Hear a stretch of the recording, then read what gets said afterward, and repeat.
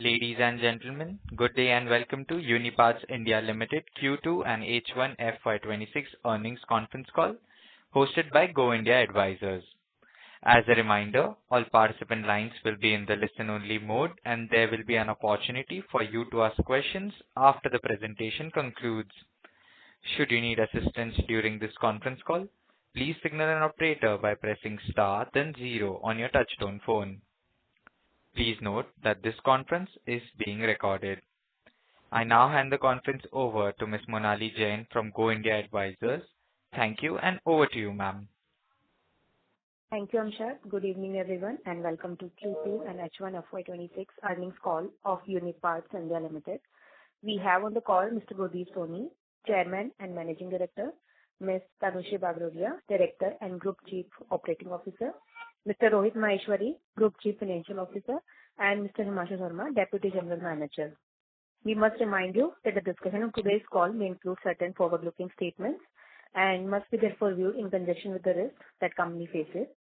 I will now request Mr. Soni to take us through the financials and the business updates, subsequent to which we can open the floor for questions and answers. Thank you, and over to you, sir. Thanks a lot, Monali. Good evening, everyone. I welcome you all to the Q2 FY26 earnings call of Uniparts India Limited.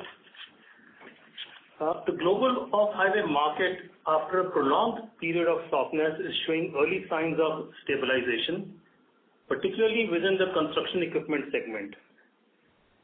Uniparts Q2 performance remained consistent with Q1, delivering a 14% year-on-year growth.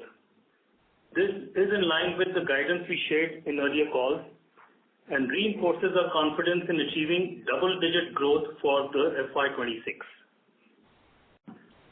Our operations remained stable through the quarter, despite the untimely and severe floods in North India, which is a testament to the resilience and agility of our team and the robustness of our operational processes. Our dual-shore manufacturing model continues to offer customers flexibility and risk diversification, thus strengthening our position as a strategic supplier. This model has also enabled us to effectively mitigate tariff-related challenges for our customers in USA. As we navigate an evolving global environment, our teams continue to grow stronger, more agile, and better equipped to manage volatility and deliver consistent performance. Let me give you a little industry overview of our business. The off-highway equipment market appears to be stabilizing, with encouraging signs seen specifically in the construction equipment segment. The agricultural industry is seeing differentiated performances across segments and across geographies. Let's start with large agriculture. The North America large agriculture market continues to be soft, with a forecast continuing to be a high double-digit degrowth.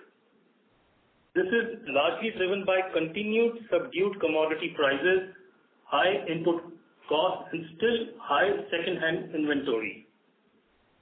The European large agriculture market is faring much better, driven by lowering input prices and with some markets showing an improving momentum of agricultural exports.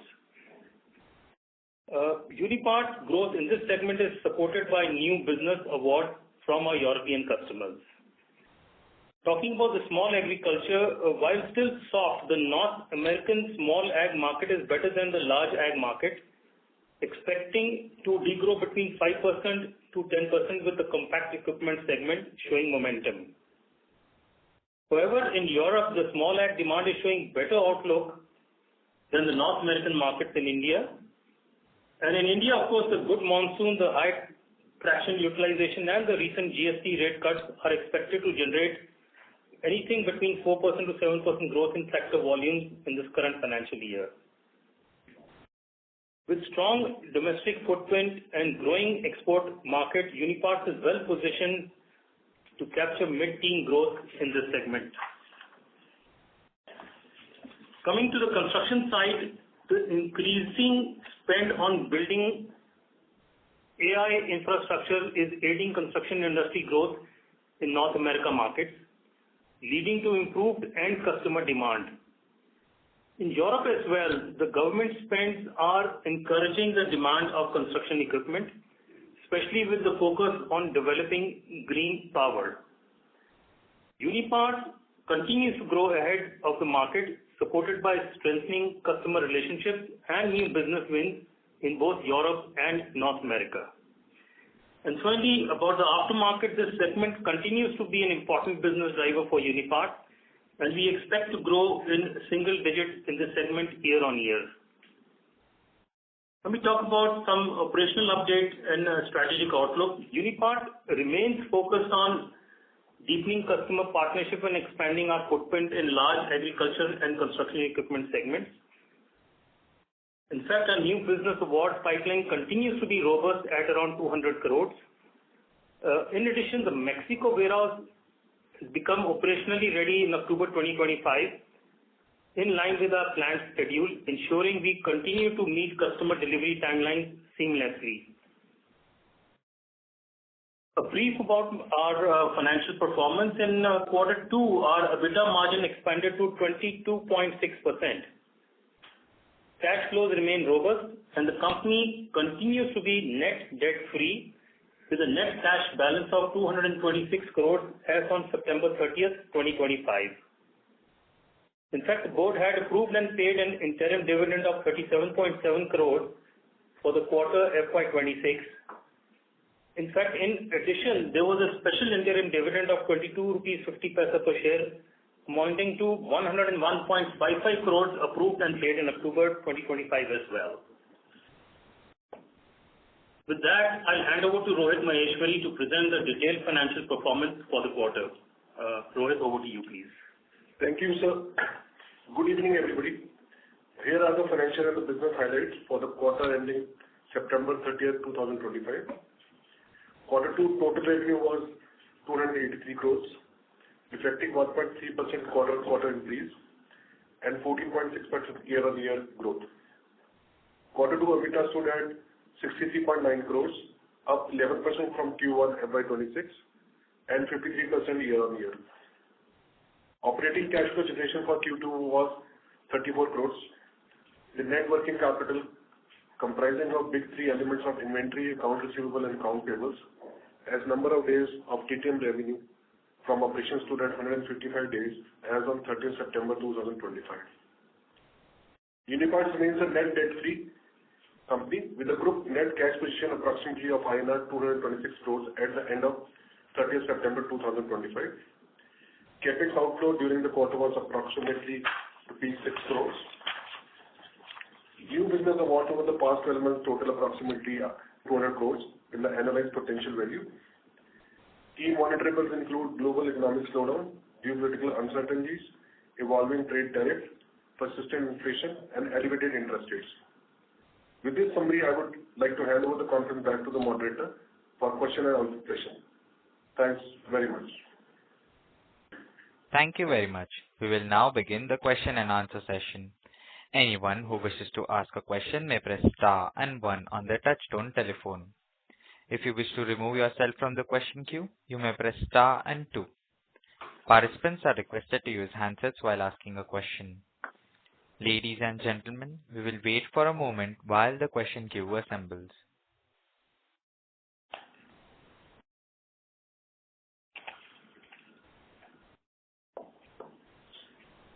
The first question is from the line of Viraj from Simple. Please go ahead.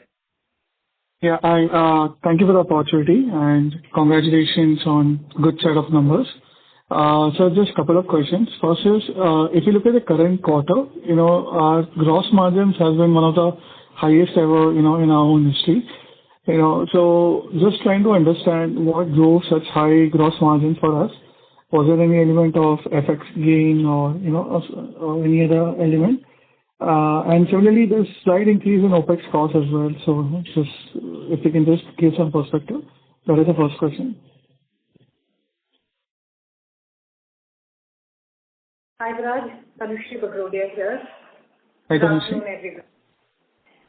Viraj, you asked a question on our gross margins and on our overall other expenses, right? So if you look at our material cost as a percentage of revenue, typically it is in the range of about 35 to 37%. And this has eased to about 32.5% in the first half. And in the quarter two, it's at about 30.5%. And this is largely due to the rupee's depreciation, which has improved inventory valuations across our US and European businesses. And can you specify the quantum? Yeah. So if you look at this, a large part of it is coming because the rupee depreciated about 3 rupees against the dollar and the euro both. So about 85 to 90% of the impact that you are seeing on material cost is because of the FX movement. And to a smaller extent, there is an impact of product mix and of tariffs as well. Can you quantify both the parts, the impact in Q2, both at the gross level and also at the other expenses? So on the gross margin, like I said, 85 to 90% of the impact is due to FX, and the balance is a mix of product mix and of tariffs.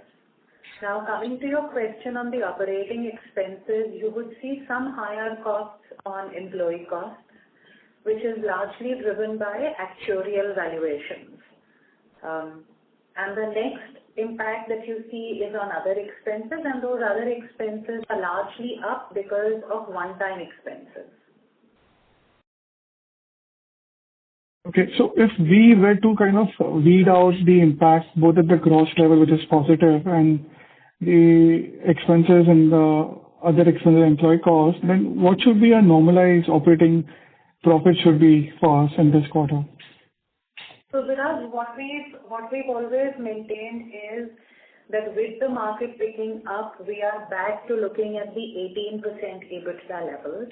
And I think after normalizing for all the gross margin and the fixed cost impact, right, we are well in the range of 18% EBITDA margin.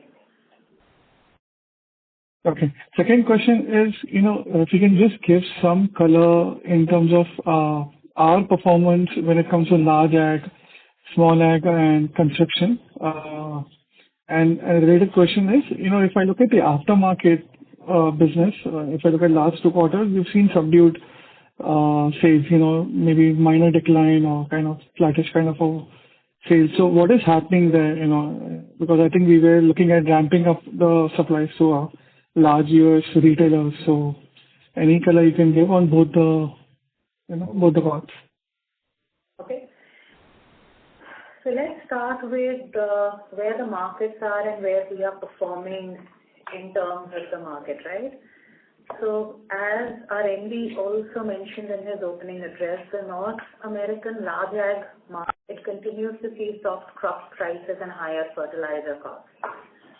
And hence the large ag segment continues to be weak. However, the recent agreement that has been achieved between US and China on the soybean purchasing by China is going to be beneficial for US farmers. The Fed rate cut has come in October, and that should be beneficial for farmers as well. Secondly, we also see while the inventory levels are high, the inventory levels in large ag also are consistently reducing. These factors indicate that the large ag market still has some pain to go through, but is potentially bottoming out. And in this backdrop, our business in North American large ag market is flat, right? In the European large ag market, the input prices have stabilized and the Southern European farm output exports are looking up. The European agricultural market seems to be coming out of the trough this year. And this region is definitely faring better than the North American market. And Europe is currently driving Uniparts growth in the large ag segment, which is fueled by the new business wins that we spoke about in our earlier investor calls. And with the improving market sentiment, we are getting an additional uplift. Then when we talk about the small ag segment, I think the Asian market, which is largely a small ag market, has been performing relatively well. And we've actually won new business, and this is also driving growth in the Asian market. Now in India, monsoon, steady farmer demand, and the GST rate cut is driving tractor sales. And I think here also we are outperforming the market. A, because we have a dominant position. B, we've also seen that the GST rate cut has provided some impetus to this market. In the European small ag market, this segment has clearly bottomed out, and we are leveraging this upturn and securing new business, and again outperforming the market. So I think that overall gives you a color on how we are performing in the small ag segment. Needless to say that our very strong leadership and dominant position in this market is helping us outperform every geography in this particular segment. Then when we come to construction segment, this segment is showing green shoots across the US and Europe. In US, as the chairman mentioned, it's driven by the spend on AI infrastructure. In Europe, it's by green energy focus. But clearly, this is a segment which is driving growth for us, both on new business wins that we are executing currently, and the businesses that we had won in the recent past having done exceedingly well for our customers. So this segment also remains extremely strong for us. On the aftermarket side, we definitely haven't degrown. We have seen growth. It's just that the growth is less compared to what we saw in the previous year. Again, let's look at aftermarket in two buckets, Europe versus the US. I think in Europe, our aftermarket customers are sitting on higher inventory, and hence their buying from us has been lower, and hence the growth is a little subdued. In the US, while the OEMs have seen zero impact of tariffs, the aftermarket has seen some impact of tariffs, and hence there has been some slowdown in growth. Having said that, on 31st of October, there was a new notification from the US government which came out that certain HSN codes which come under tractor parts will now be subject to 25% duty. Only, no Russian duty. Yeah. So these were initially falling under the 50% duty because 25% duty and 25% Russian oil tariffs. Now this is flat 25% duty, and it's exempt from Russian oil tariffs. With this new ruling coming in, we are seeing some green shoots in the US aftermarket already. So I think that's some color on the aftermarket for you. Okay, last question, I'll come back in queue. Can you give mix in terms of channel, say warehousing, direct export, local production, both for Q2 and H1? So I think it remains pretty much the same, where our sales from warehouses remain the highest at about 50%, and our direct exports is about 25%, and the balance 25% is local, made to local sales. Okay, I'll come back in queue. Thank you. Thank you.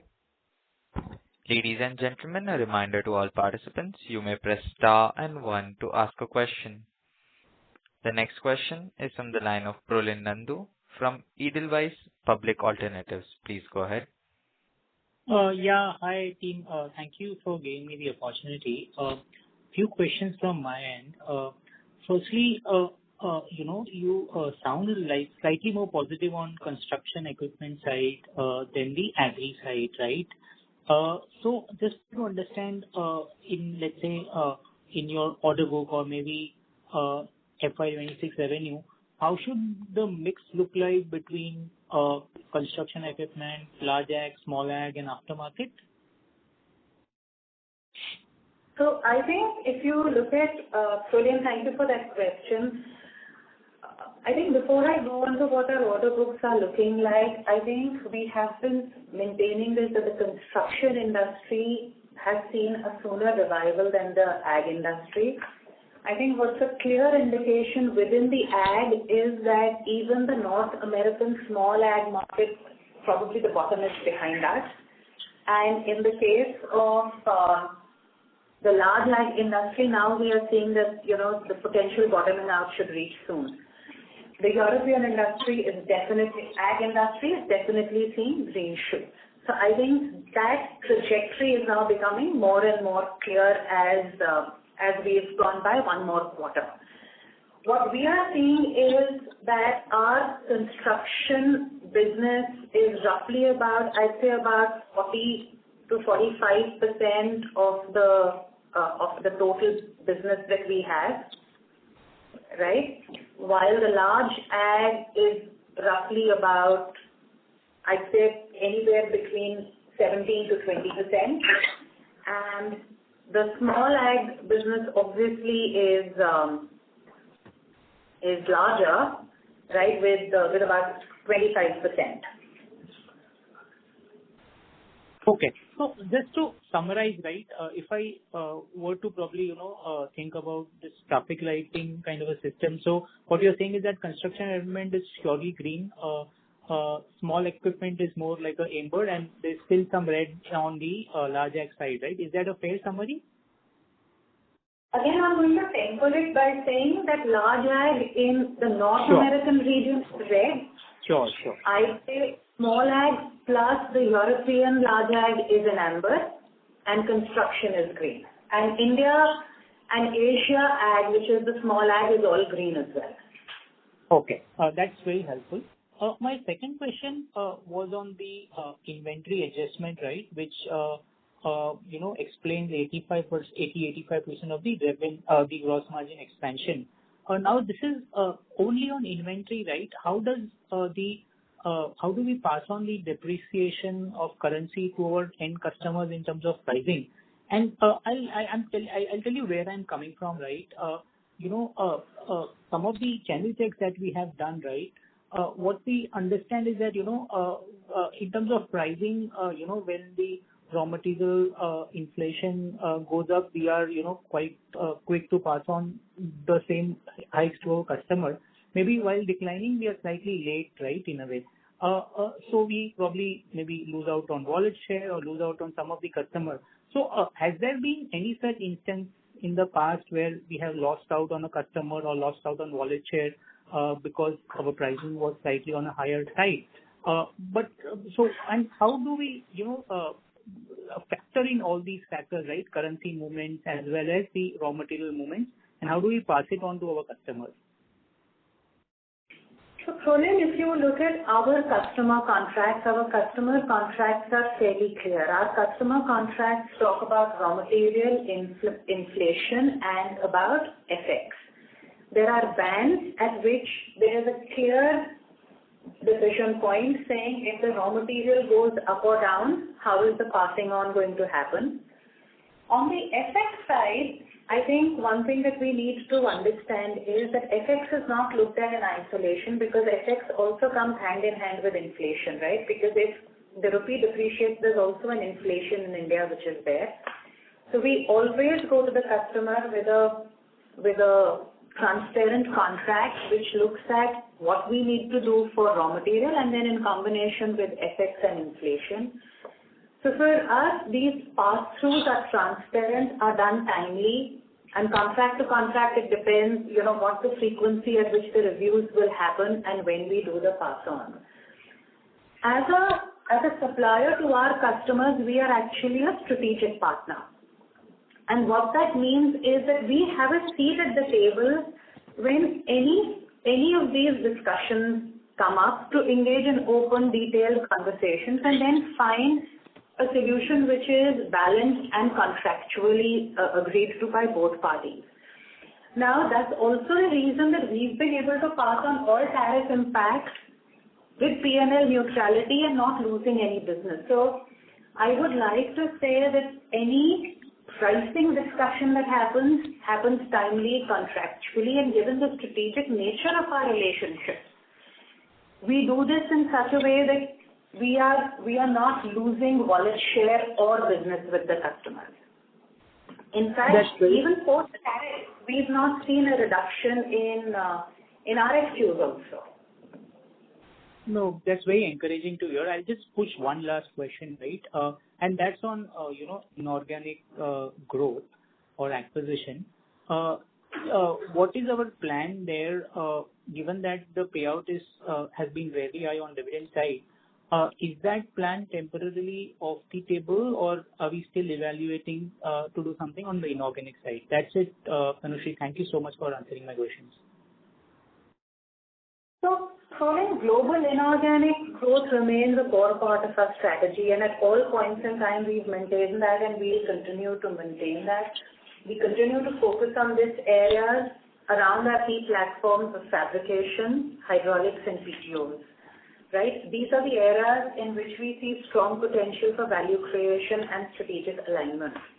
I think the decision to declare the special interim dividend was because while we are evaluating potential inorganic growth opportunities, the board believed that distributing surplus cash to shareholders was a prudent use of the capital.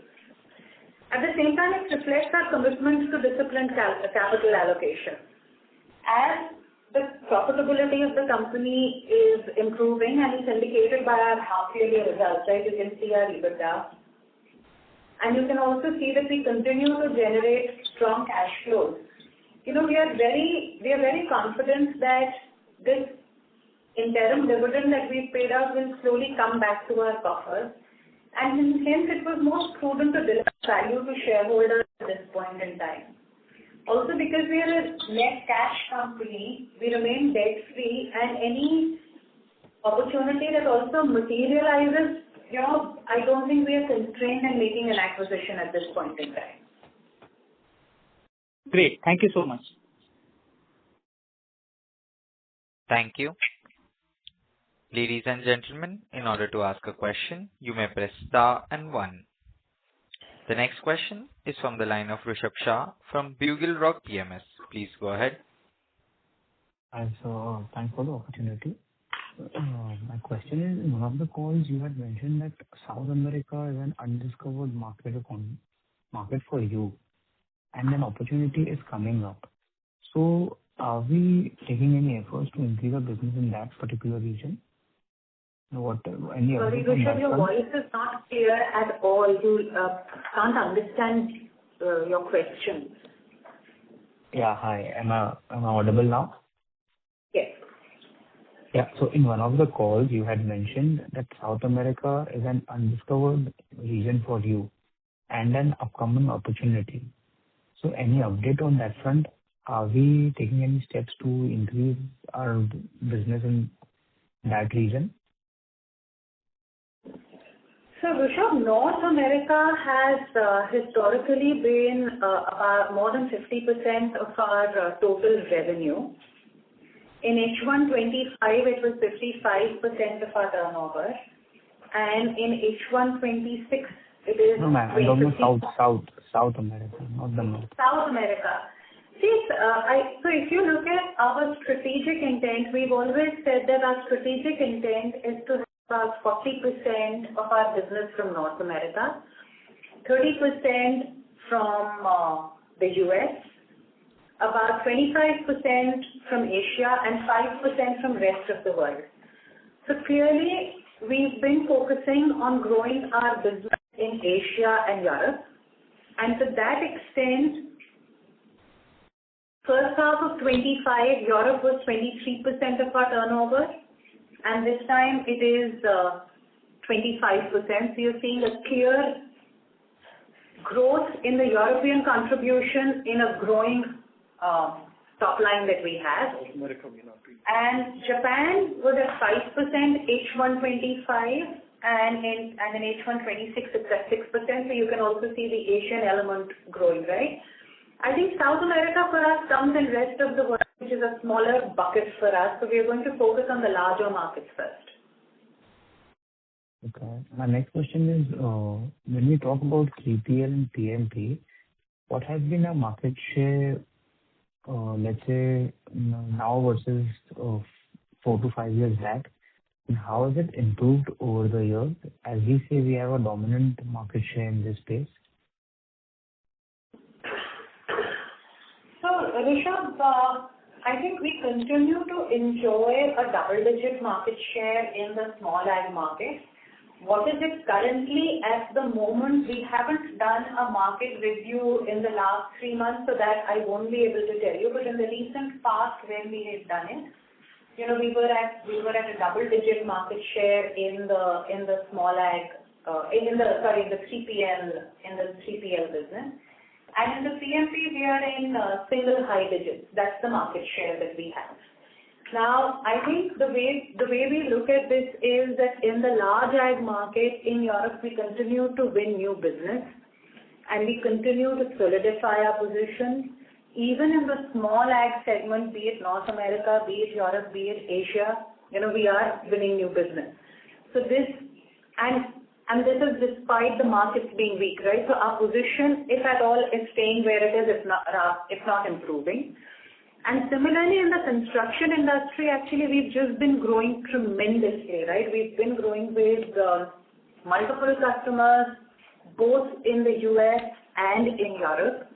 And there also, our position is only getting solidifying despite North America facing tariffs. Because bear in mind that what has made people really sit up during the tariffs in North America is saying, oh, here is Uniparts. Not only are they best cost country manufacturer, but they also have dual shoring. And now with our Mexico warehouse becoming operationally ready, we can give them so many tools in the kitty to be able to mitigate tariff impact. So I think our market share is only solidifying. Okay, fine. Thank you. Thank you. Ladies and gentlemen, in order to ask a question, you may press star and 1. The next question is from the line of Dheeraj Kumar from Alfa SQR. Please go ahead. Ma'am, thanks for the opportunity. I have a couple of questions. The first question being, so if you see our historical earnings, right, I think the peak earnings was somewhere in 2023 where we did about 45 to 50 rupees, right? So when do you anticipate, right, based on the current visibility of all the different industries you are currently catering to, when do you anticipate we can get back to such a level? So, if you look at how we have been indicating FY26, we've been saying FY26 should be in the mid-teens growth. And if the trajectory of the markets continues to be where it is, I think FY27 or mid-FY28 is where we definitely should be where we were with the peak revenues. Got it. That's helpful, ma'am. And secondly, I just wanted to understand, because if you see in India, right, most of the precision engineering players have taken different routes, right? I mean, one being defense, aerospace, or some of the sectors where there are tailwinds, right? Be it mining or be it, energy, etc., right? Why are we actually restricting ourselves with industries which are extremely, I would say, they're not growing or they're probably degrowing because of multiple reasons, right? Do we have any plans, because we have the capability of doing precision parts? Why are we not thinking about a mining or say some other areas? It might be a naive question, but I just wanted to understand what is the hunger for the management, because beyond 1,500 crores, I mean, we are not able to understand how the company can really get to the next leg and unlock the shareholder value. So there are multiple layers to your question. So let me peel the onion one by one, right? I think just to say 1,500 crores because that's the revenue we achieved in 2023 is a little bit of a misnomer. I think we can actually achieve that growth just with existing customers and existing partners in the time frame that I mentioned. We are constantly looking at inorganic growth and inorganic opportunities. We have the wherewithal to do it, and that will definitely add more value to shareholders. And the reason why we keep putting on so much of effort on this inorganic opportunity is because we just don't want to do an acquisition for the sake of acquisition. We actually want to do an acquisition which truly unlocks value for shareholders and is ROE and ROCE accretive, right? And hence it's taking us time. I think the third element is, today, do we supply to other off-highway segments other than agriculture and construction? Absolutely. We do supply to oil and gas. Some of our precision machine parts go into oil and gas. They also go into industrial machinery. It's just that we don't track them separately. I think what also is not appreciated is that when we say construction for us is not just infrastructure and building. It encompasses mining, metals. It also encompasses what we talk about, infrastructure for AI. So I must tell you that one of the new orders that we've won is actually for a customer that is going into their segment, which is then helping the development of the AI infrastructure. Now, for us, there is a huge amount of untapped potential within our customers to take care of some of the segments that you have spoken about, and that's where we are, putting our efforts. We are expanding into other segments where our capabilities can extend. And then the third one is the inorganic opportunity. So that's the way we look at growth. No, got it. Thanks, ma'am. I just last question. So because you highlighted that this gross margin might not be sustainable, I mean, it might go to the normalized level. So you anticipate H2 would be again at that, we would see an EBITDA margin of 18-19% rather 21%, which we have seen in H1. Am I right? Or? So, again, when you look at Q1, right? Or when you look at H1, again, the gross margin, you're right, is impacted by this material cost. But as you would also see that the deleveraging is playing out in our benefit, right? So once we normalize for the impacts that we've had, we are close to coming to the 20% levels of EBITDA that we have said we would always be trending towards. No, I think that's helpful, ma'am. Thanks a lot. I'll come back in the queue. Thank you. A reminder to all participants, you may press star and 1 to ask a question. The next question is from the line of Saurabh Das from GreenEdge Wealth. Please go ahead. Yeah, hi. Thanks for the opportunity. I know that we have discussed at length on the margins, but just wanted to again check with you that you did mention that 18% is what you are essentially targeting in the near term with 20% as an aspiration, while the first half is extremely strong. So do we see that normalization likely to happen in the second half itself, or it will gradually trend towards the 18-19% levels? So sort of what we are trying to explain is that the gross margin impact that we are seeing is due to the currency, the rupee depreciation. If the rupee depreciation continues, the gross margin will continue to benefit, right? When we normalize for the margin, for the rupee depreciation, right, we are looking at the range of 18 to 20% margin. I think what we are saying, it's not that we are targeting 18%. Our target has always been 20% because that's the normal EBITDA level at which we believe we operate in healthy markets and healthy cycle conditions, right? And I think over a cycle, that's what we will end up doing. It's just that at the moment, giving full clarity and saying, if you were to normalize everything, we would be in the range of about 19%.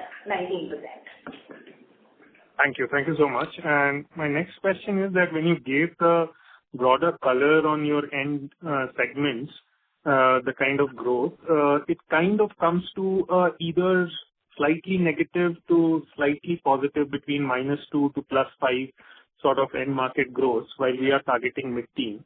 So effectively, we are maintaining a spread of almost 7 to 10% over our end markets. So is that understanding broadly correct? So I can, look at it from a next 2-3 year perspective. So Saurabh, I think couple of things to understand, right? And I'm going to reiterate this. The segment which is rightly said, which is red, is North America large ag, which is where we have a lower exposure to. Europe, which is small, large ag, is amber, which is where we've been winning new business in large ag. We have a good position in the small ag. Even North America small ag is in the amber. So there we are doing well. And construction is really green, and so is the Asia and India ag business, right? So we are really outperforming the market in the green and the amber segments, and we are flat when we talk about the red segment. I think what's key to note in our business is, and we've always said this, that the real growth comes from winning new business. True, absolutely. So if we talk about, let's say, a 15% growth, we are saying about 11 to 12% of this comes from new business, while the balance comes from the existing business. And that actually remains because our new order business win is very healthy at 200 crores. Right. And just on that new business. Sorry to interrupt, sir, but I may request you to rejoin the question queue for follow-up questions. Yeah, sure. No problem. Thank you so much. Thank you. Ladies and gentlemen, to answer questions from all participants, please restrict your questions to 2 per participant. The next question is from the line of Vipul Kumar from Sumangal Investments. Please go ahead. Hi, thanks for the opportunity and congratulations for very good set of numbers.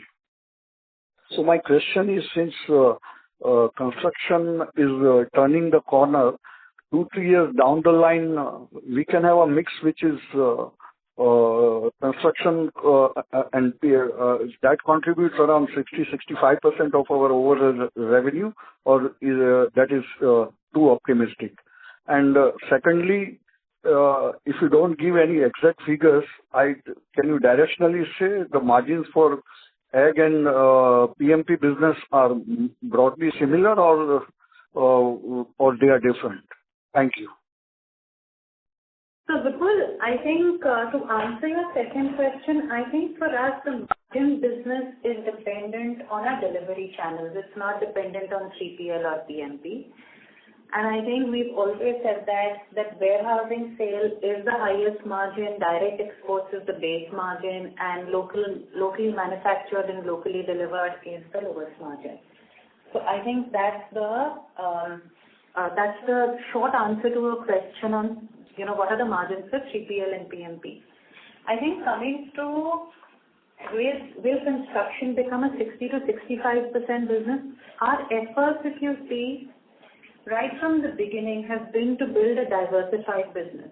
So we have customer diversification, we have industry diversification, and we have geographic diversification.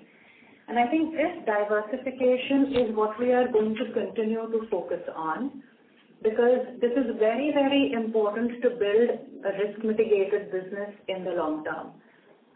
So I don't think we would want to have over-reliance on any one industry, but that means that we will have to continue growing with all our customers, all their horizontal verticals across their geographies, so that the de-risking continues and the business continues to grow. No, I didn't understand your comment about margin for both the segments. Would you repeat, please? So the margins are not dependent on 3PL or PMP. They are both the same. Because they tend to be the same. The margins actually are by the delivery channel of the business. Means warehouse is the highest margin, if I have understood you correctly. Warehouse is the highest margin, direct export is the base margin, and locally made, locally produced is the least margin. Okay, thank you very much. Thank you. The next question is from the line of Shiladitya, an individual investor. Please go ahead. I hope I'm audible here. Yes. Yeah. So I think you have given some high-level guidance for mid-teens growth for FY 26. So, can you give some color on the different segments, how each of these will perform? And also going forward, like FY 27, FY 28, next couple of years maybe, how the expectation is?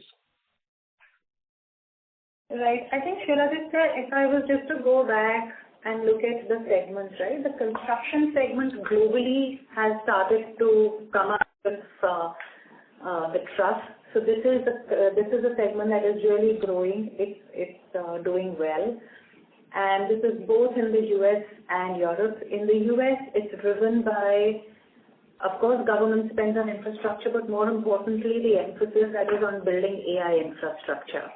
In Europe, the emphasis here is on green energy, and so the sector is growing. And here, we actually are outperforming the market, driven by new business wins. Given that the trough of the cycle is past us, the segment is going to look up in FY 27 from where we are today. Then when we come to small ag, in the small ag business, we believe that in North America, the worst may be behind us, but there is a plateau that is happening before the recovery begins. So clearly, FY 26 is looking better, but the growth will really come in FY 27 in this segment in North America. In Europe, small ag is looking better, and so I think as the growth continues, FY 27 will look better. In Asia, the market is already looking good for ag, and this is all small ag largely. And same as India, and we expect this to continue. And in India, the GST rate cuts are an impetus to the industry, right? Again, in the small ag market, in all our geographies, we are outperforming the market. And then comes the large ag market. Large ag market doesn't exist in Asia. It's predominantly North America and Europe. The European large ag market is definitely recovering. More than 40% of the manufacturers of equipment actually expect their next 6 months turnover to be better than their last 6 months turnover. And I think we are winning new business here. So we are again looking to outperform the segment. And when you look at the North American market of the large ag, there we still need to see the bottoming out. And there, I think FY 26 will see double-digit degrowth, but hopefully the bottoming out will happen, and then we will start seeing growth in FY 27. In this segment, our performance is flat. So all in all, can we assume, or can we at least right now thinking like FY 27 should be a better year in terms of growth compared to FY 26, based on the outlook what you shared? Can we based on the data that we are seeing today, based on the order books that we are seeing today, based on the customer interactions that we have today, yes, FY 27 looks better than today.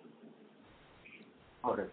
And second question is on this, in your business, like is there an element of operating leverage, like for example, once the growth kicks in? Sorry, Shiladitya, I couldn't understand you. No, what I was asking is, in our business, as the growth kicks in, what kind of operating leverage do you have in the business? Like, is there a margin expansion normally happens along with the growth? And because historically I see that when your revenue was high, your margins also went up. So I'm just trying to understand the operating leverage part in the business.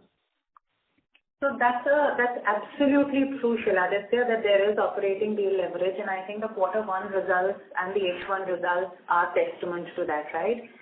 I think if you see the quarter one results, you will see how the operating deleverage can play out. Quarter two, you have a little bit more of the FX impacting the material costs, but if we were to normalize everything, clearly our EBITDA margins are improving from what they were a year ago, and that's the visibility of the deleveraging impact. All right. Thanks, ma'am. Thank you. Thank you. Ladies and gentlemen, in order to answer all questions from all participants, please restrict your questions to one per participant. The next question is from the line of Viraj from Simple. Please go ahead. Yeah, just two questions. First is, if you look at the run rate we are doing in the first half, and if I have to analyze it, we will be doing similar run rate as what we did in FY24, which is around 1,140 crores.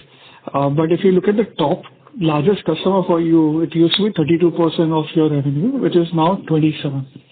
So while you talk about new wins and increase wallet share, for the largest customer, is there any share loss or what is causing this degrowth? So that is one.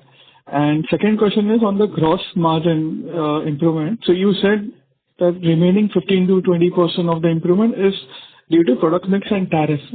But tariff, how does it help you in improving margins? So if you can just give some color. Right. So I think, Viraj, we haven't lost any market share with the largest customers. It's just that, what has gone away from the largest customer has gone into the pool of the second and the third customer. So if you were actually going to look at the presentation where you talk about, the customers that we have and the split that we have by customers, right? You will see that it's the share of business that we have with the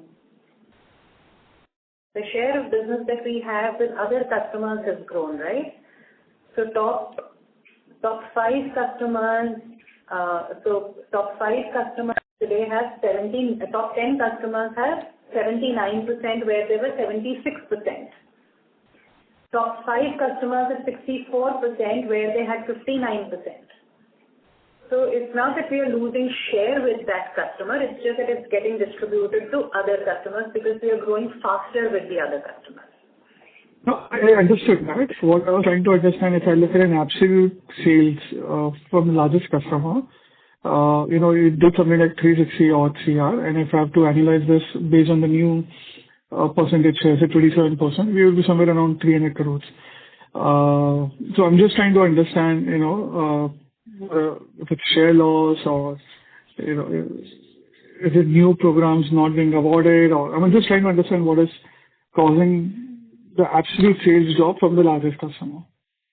So, you also have to keep in mind that different customers that we have had different degrowths from 24 to 26 themselves. So you can't look at our sales to them as a single data point. This has to be looked at in congruence with what is their production today, right? Only then will we be able to say whether we've lost market share or not. And to that extent, I'm telling you, we've not lost any market share. Okay, and the tariff? Sorry to interrupt, sir, but I may request you to rejoin the question queue for follow-up questions. Thank you. The next question is on the line of Dheeraj from Alfa SQR. Ma'am, thanks again for the opportunity. Just for the inorganic side, right? I mean, what is the process we are having today? I just wanted you to go a bit deeper and help us understand, what is the thought process? What are we intending to do? What are the typical valuations which you are looking at, revenues, etc., which areas of acquisition? Maybe if you can, help us understand. So, Dheeraj, this is something that we have maintained since our IPO. We are looking at global acquisitions because we believe in being a best cost country provider to our customers. We are global suppliers and our customers are global in nature. We want to supply to all their facilities. So to start with, we are looking at global acquisitions, but these acquisitions have to be strategic in nature, which means for us, they have to be able to help us extend and shift our system boundaries. So from our current product platform of 3PL, PMP and small fabrications, they need to be able to help us get into large fabrications, hydraulics and PTOs. Now in these areas, wherever we have technology, wherever we have product extensions that can help us bring more value to the customers, where we will look at acquisitions.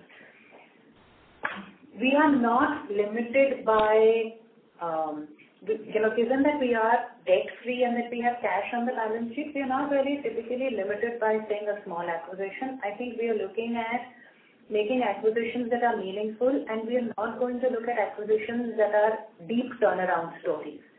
That's not something that we want to do. We want to do something that is ROE accretive and ROCE accretive and strategic to the customer. So I think those are the broad contours that we are looking at. Understood. Ma'am, does it mean that you want to acquire some... But I may request you to rejoin the question queue for follow-up questions. Sure, thanks. Thank you. The next question is from the line of Prolin from Edelweiss. Please go ahead. Hi, thanks again for giving me the opportunity. Two questions, and both are in a way related, right? One is that you mentioned that, tariff has made a lot of your customer realize Uniparts quality, right? How should that translate to higher new order wins, right, in a way? Because, Sorry, maybe... I can't understand you. So the first part of your question was not clear to me at all. Sure. Are you able to hear me better now? Yes.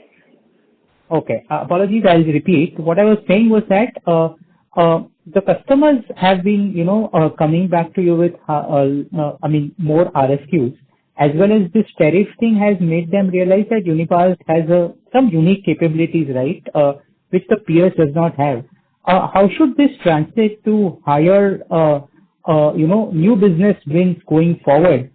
Because FY26, we are still at that 15-16% number, 11-12% coming from new businesses, and 3-4% coming from the existing business.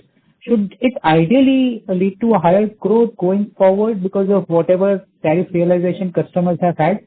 And also, one more point is that, do you internally track, something like an innovation index where, what would be the percentage of products which would have been launched in the last 3 years? What would be the share in the overall revenue?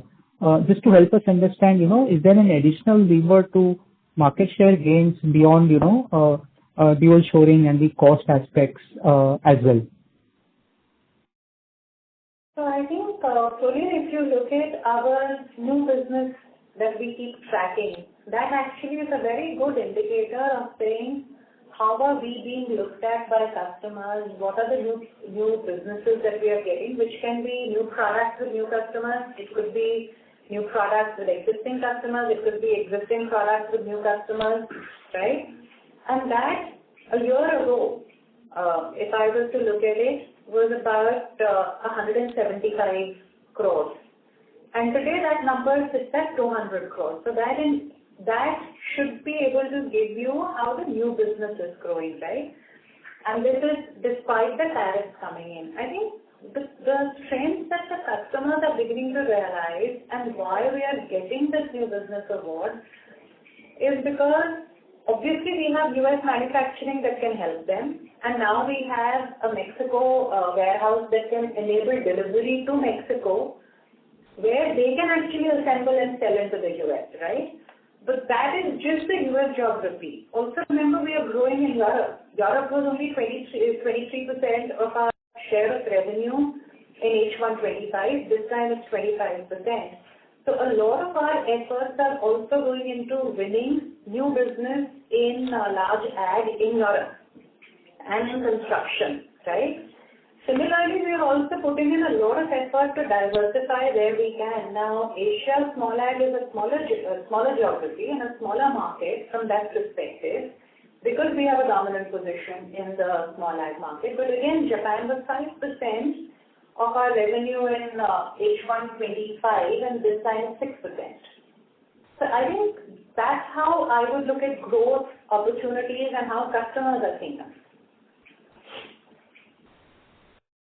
Thank you so much. That's it from my side. Thank you.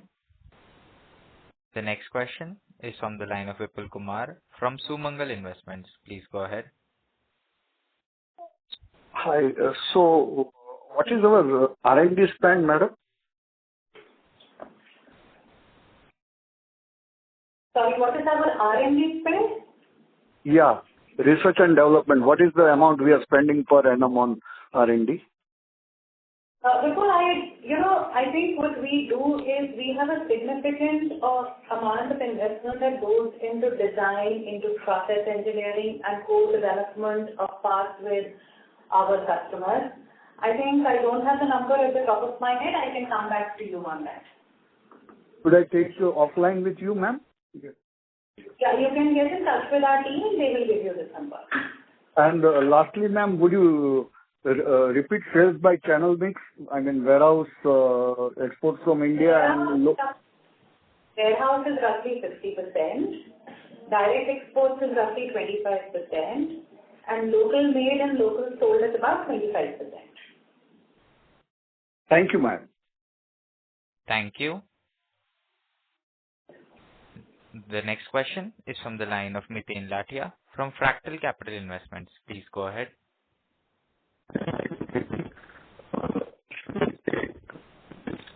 Sorry to interrupt, sir, but your voice is not clear.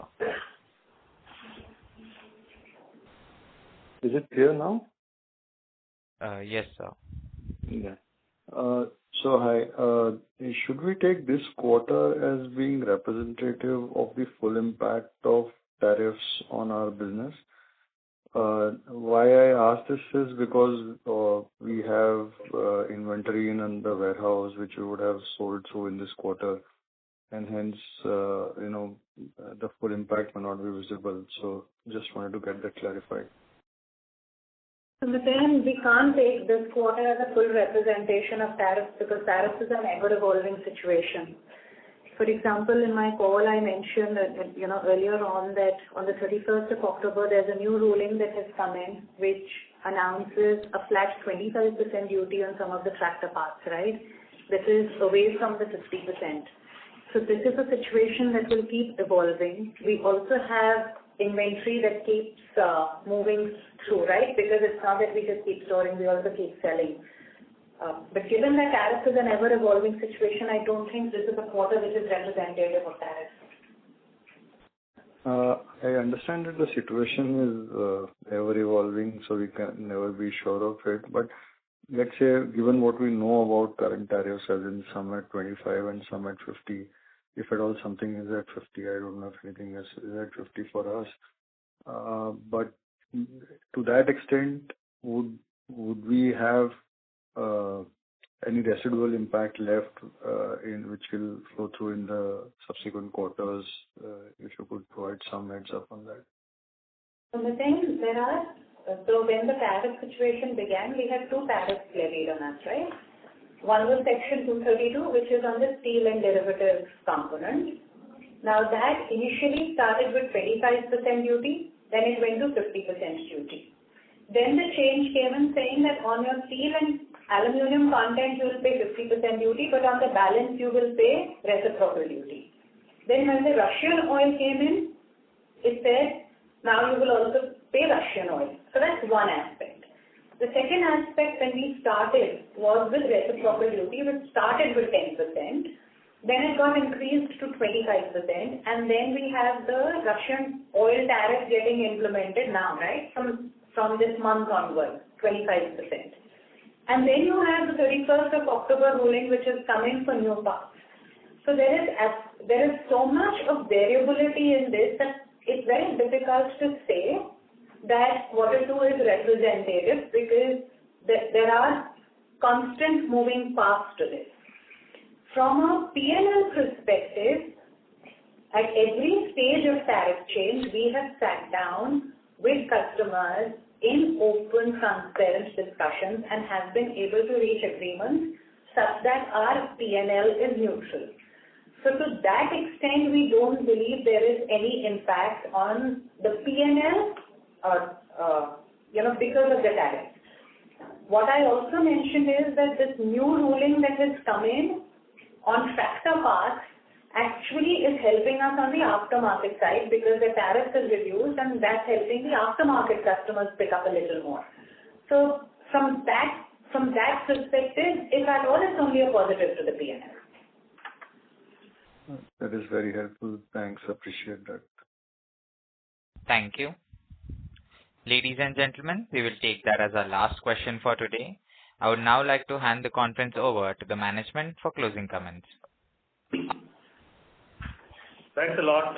Thank you for all these questions, investors. So, I just want to conclude by saying that we continue to focus on our core strengths and build stronger business franchise by strategically partnering with our customers in their journey and success. Our focus and efforts are aligned towards achieving the targeted growth in coming years. And so with this, I would like to thank all of you for taking out your time to join today's call. Thank you so much. Thank you. On behalf of Go India Advisors LLP, that concludes this conference. Thank you for joining us, and you may now disconnect your lines.